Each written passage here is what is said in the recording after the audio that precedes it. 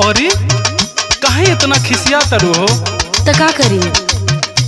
देखो तनी सुबह ही से तहार माथा कुछ माइंड अलग लगता है। तू ऐसने कामे कैले बड़ा? आखिर में हम का कइले बानी? कब्बू तू हमरे फीलिंग के समझ में ना कैला कि हम का तोहरा से चाहिए। हई देखा तहरा के का ले आइल बानी। अरे चला चुप रहा, हमके कुछ ना चाहिए। सुनो बोला।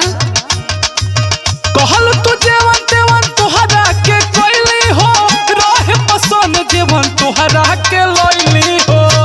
अच्छा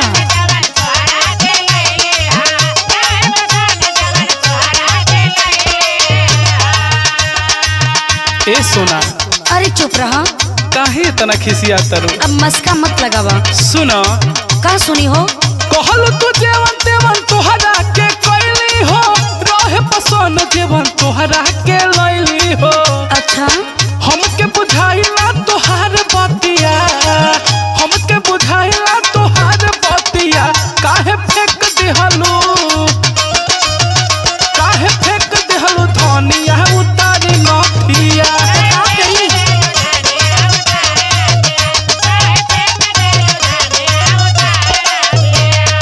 अच्छा तेको बात सुना। बोलो। माने हमरा के पागल बुझो तारा का हो? मतलब हम पागल बुझाता नहीं। तनी सुना का कैले बड़ा? का बोलो?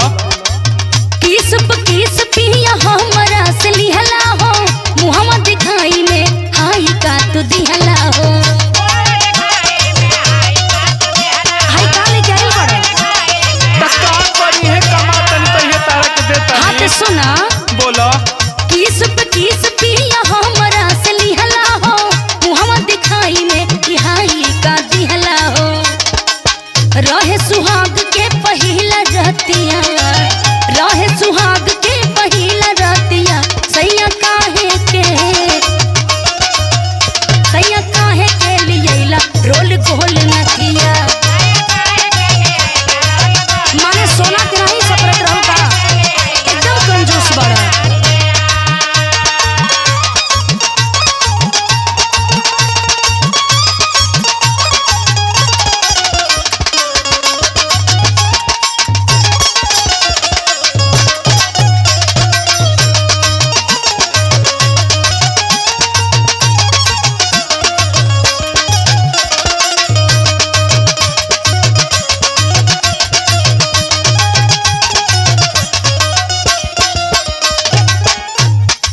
सुनो।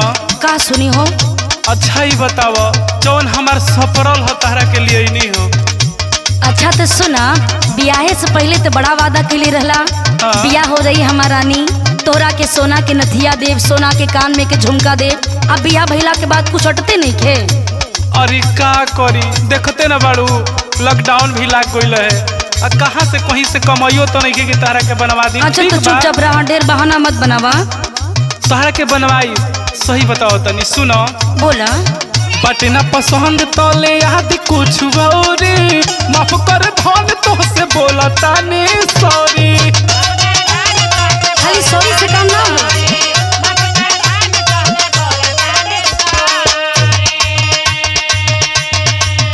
ए हमार धन, इतना मत गुस्सिया। चुप रहा। सुनो। का सुनी? पटना पसंद तो ले आदि कुछ औरी, माफ कर धन तो से मांगतानी सॉरी। बट पगलाइल का तोहार मतिया, बट पगलाइल का तोहार मतिया। काहे फेंक देलू, काहे फेंक देलू धनिया उतारी नथिया।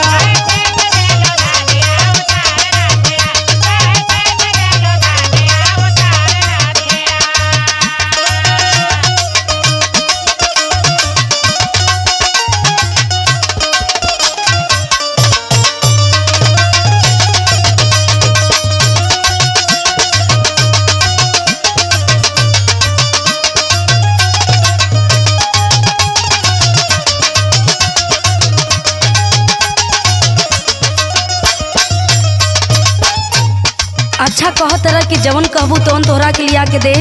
हाँ। आ ये कुछ चीज तो बढ़िया लिया के नहीं देहले बाड़ा।